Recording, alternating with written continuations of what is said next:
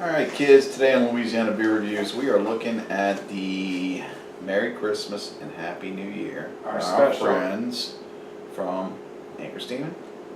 Anchor Brewing Company. Brewing Company. Our special ale, and this is 2014, which I reviewed in a solo the 2014, which was found in the back of the fridge. So this one is 4 years old.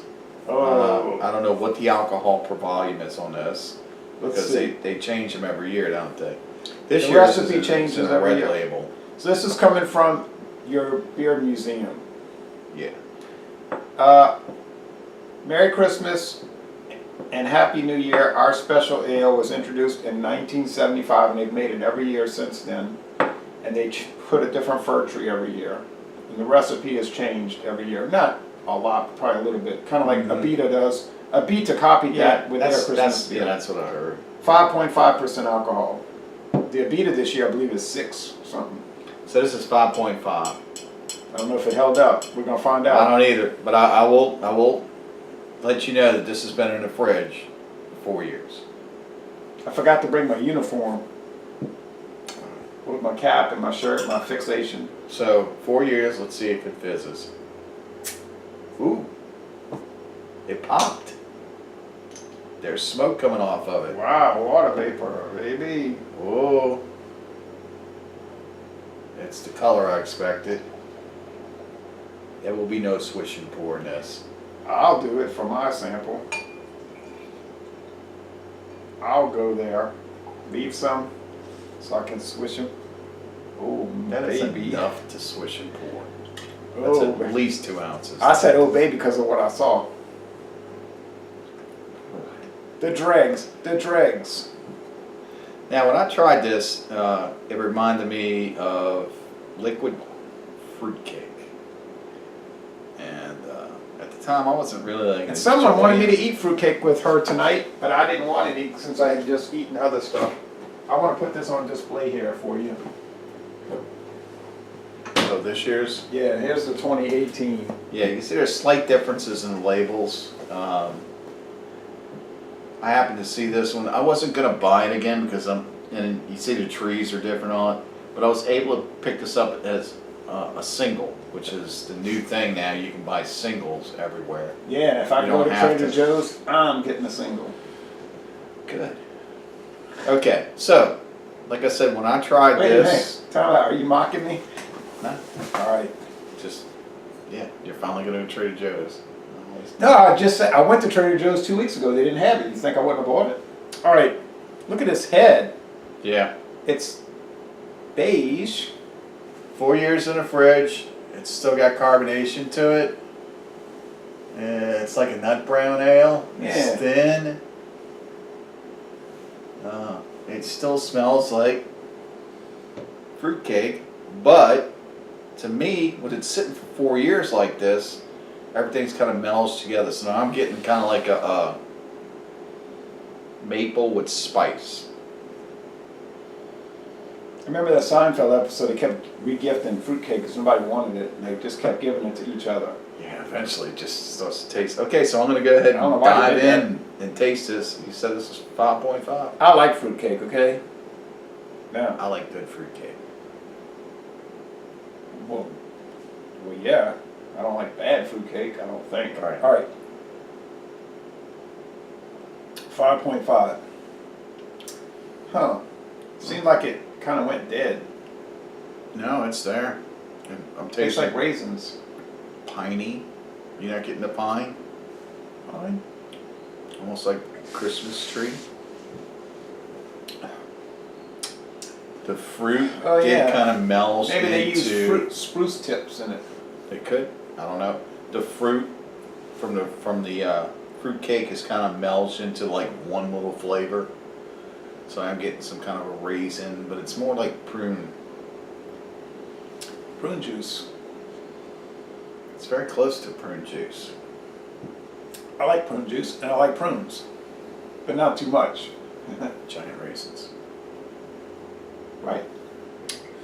It tastes like raisin and prune and that sort of item. So like, hey, well, you know, those are overripe raisins and plums, right? So now we have an overripe beer. It does kind of taste like that. It is kind of fallen a little bit. It's got a little.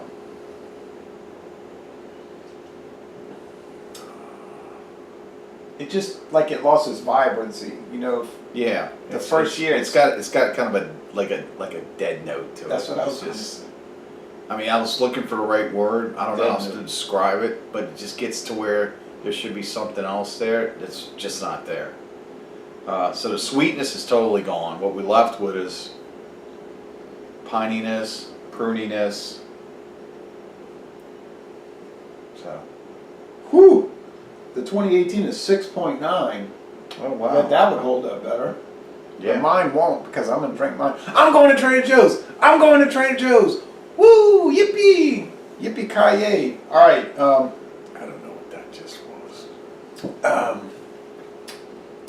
But anyway, I like it still. You know, it's got that it's dead zone. It's in it. kind of piney, dead, and all a little fruitness and spiciness and tartness that you'd get from that dry candy that goes inside of a fruit cake is all kind of melts into one.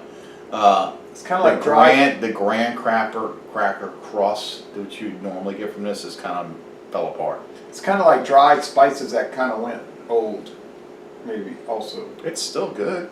It's still good. Here's 4 the thing. years. 4 years at 5.5% alcohol. Yeah. In the fridge, in the dark, and it kept. Yeah, here's the thing.